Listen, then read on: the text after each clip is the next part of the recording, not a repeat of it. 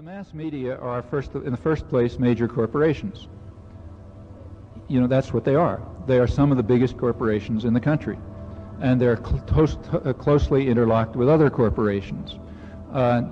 In fact, they are part of the small network of individuals and interests which effectively own the private economy and staff the state executive. If you look at the people who hold the high planning positions in the state executive under any administration, they come from corporate boardrooms, investment banks, half a dozen law firms that cater to corporate interests, and so on. There are a number of studies of this if you're interested. That's the same group of people, the same interests who own the media. So naturally they share a perception of the world and general interests. That's at the top level. Now I suppose you get down to the editorial level or the reporter's level. Well, you know, at that point, you find pressures to conform. A young journalist will quickly learn that certain things are reportable and other things aren't. You can say things in a certain way and you can't say things in other ways. And you learn it from your editors, or the people right above you, and they've learned it from the people right above them.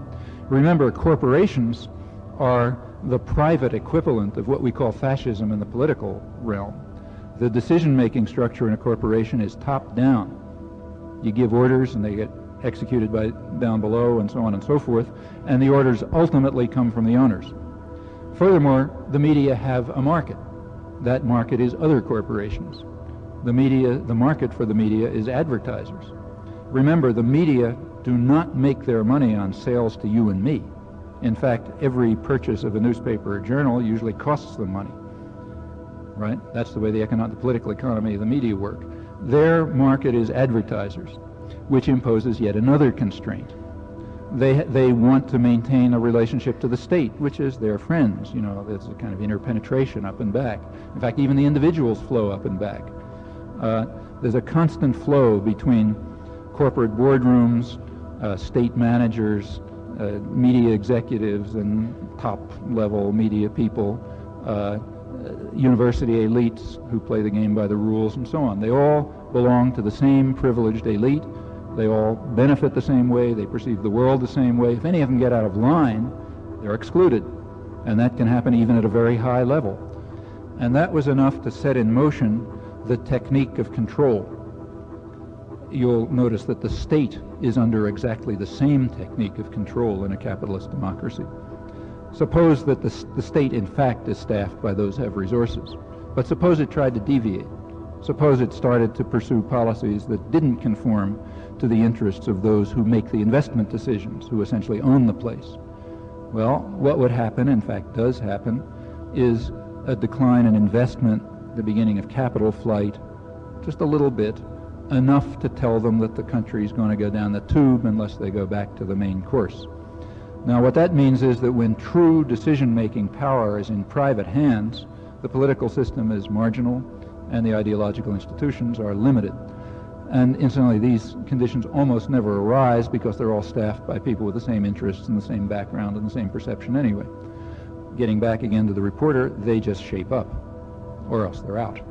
And what typically, incidentally, this happens in universities too.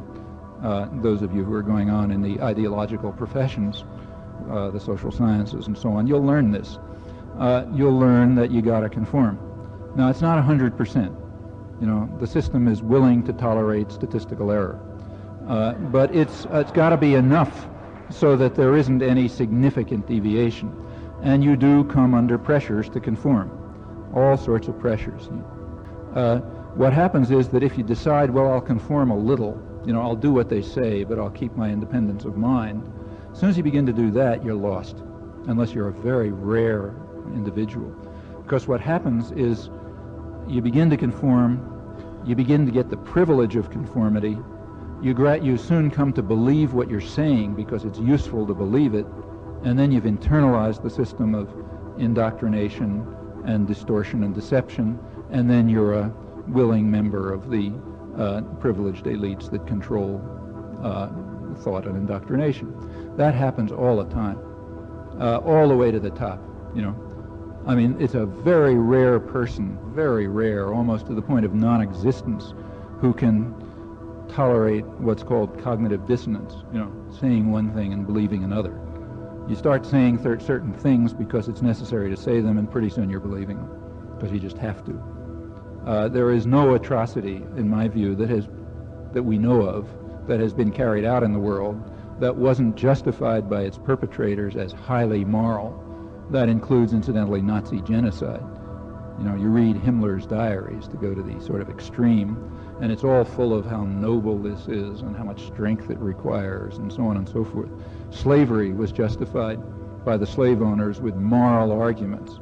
If we had records from Attila the Hun, we'd probably find out that what he was doing was highly moral, same with Stalin and every mass murderer in history. And it happens at a much lower level for individuals.